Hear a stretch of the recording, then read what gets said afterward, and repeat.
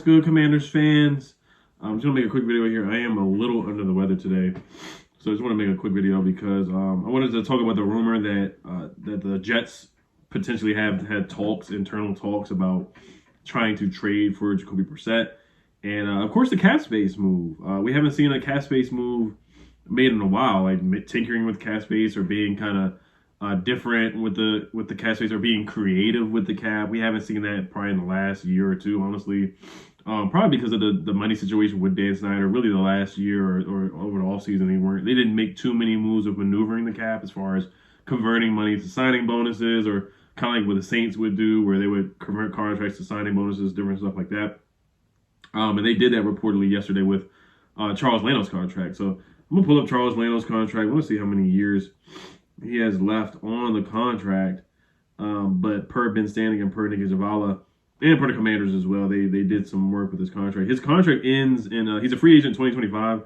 So after this year, he has one more year on his contract. But I'm going to read the details on it. So Nick Zavala tweeted out, the Commanders converted $7.5 million of Charles Leno's base salary, who had a good game, by the way. He was the highest graded offensive lineman per PFF. You can take PFF with whatever you guys take it, but he was quiet during the games, and that's a good thing. When you don't talk about offensive linemen, that's typically a good thing. We talked a lot about Andrew Wiley because he gave up the sack on the forced fumble, so of course we talked about Andrew Wiley a lot, and he graded pretty kind of even. Like, he wasn't like at Cody Barton level, where Cody Barton graded as like a 37 PFF grade, which is pretty darn bad. The Commanders converted $7.5 million of Charles Leno's base salary this year into a bonus and tacked on 3 additional void years to his contract to clear $6 million in salary cap room per source. Also, Ben Stanek says the Commanders created additional cap space by tinkering with Charles Leno's contract. They converted $7.5 million from salary to a signing bonus to create $6 million in cap space per source. Also tacked on 3 void years. Washington had a league low $524,000 available per OTC. So it's crazy that, we only had $524,000 available because we're not paying a quarterback big money. But we are paying John Allen, we're paying Daron Payne. We paid Terry McLaurin. Logan Thomas is on a pretty good contract as well. So we have paid a couple guys here and there, but we do have some guys that have some big contract years coming up, like Cam Curl, Montez Sweat is on contract year, Chase Young is on contract year. Now, next year, the following year, we're going to have an abundance of cap space because a lot of guys are coming off the books. There's going to be a lot of free agents, so we're going to have an abundance of cap space next year, but right now we just don't.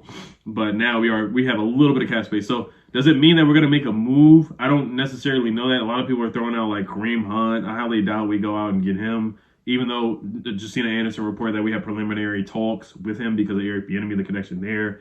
There are some offensive linemen out there like Ben Jones, Dalton Risner, interior offensive linemen.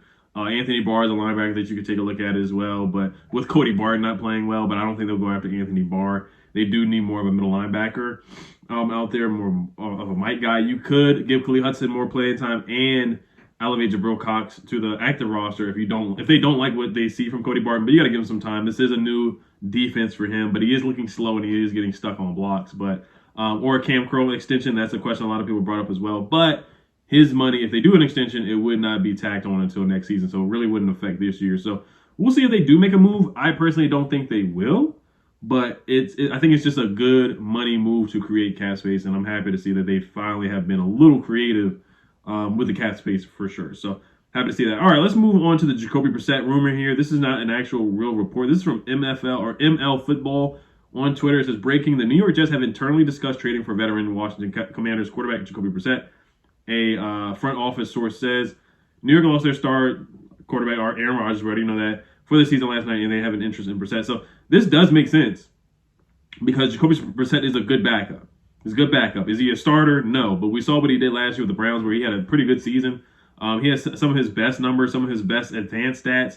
A lot of the talking heads on ESPN and other networks have been promoting him as well. Like Mina Kimes just said, the last 2 years, Jacoby Brissett, 11th in QBR, 2nd in CPOE. I don't even know what that stat is.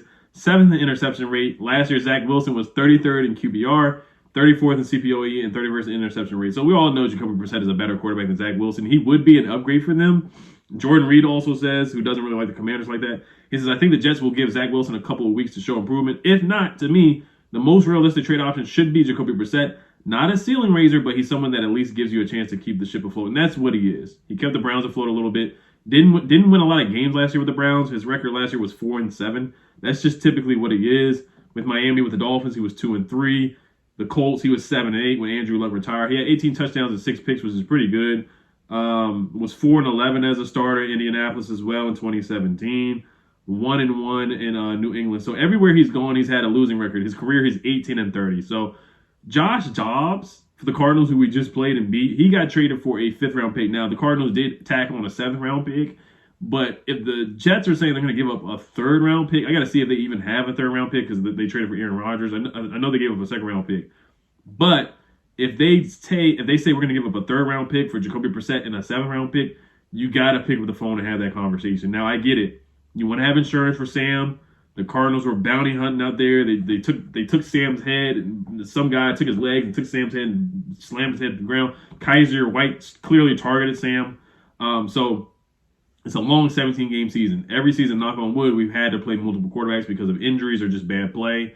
So you just never know what can happen. Now, Jacoby, even if he does play, personally, I don't think he would lead us to the playoffs. If I'm keeping it real, keeping it 100. He would keep us competitive. He would probably keep us in that competitive range like Ron Rivera is always at. 7 wins, 8 wins.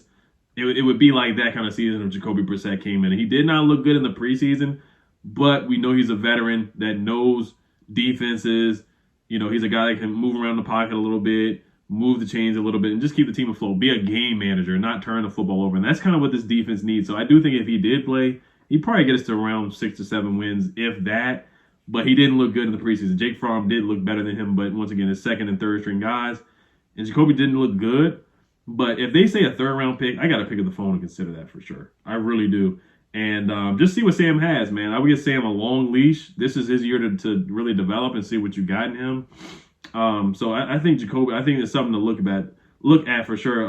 Jacoby Brissett was sacked 52 times in 2017. I'm just looking at that stat. That is a crazy stat for sure. Now, if you trade Jacoby Brissett, you take on $4.5 million in dead cap. But if you get that 3rd-round pick and Josh Harris just wants to look towards the future and just say, hey, man, I just want to get that 3rd-round pick for next year and see what we can get, because we do really good with 3rd-round picks as well, then maybe I can see Josh Harris stepping in and doing that. But I don't see Ron Rivera trading Jacoby Brissett because he wants to have that insurance, and this is a make-or-break year for him. So just in case, knock on wood, if Sam Howell's not available for one game, he can put Jacoby Brissett in there. But Jacoby Brissett, he had a good year last year.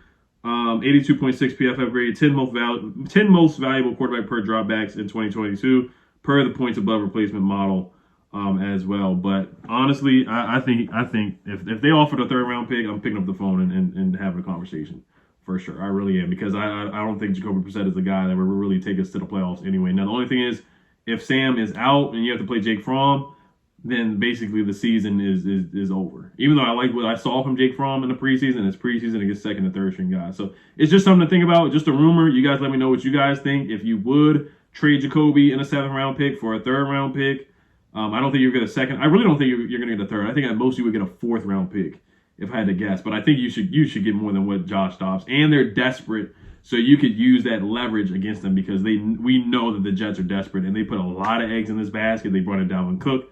They brought in Randall Cobb.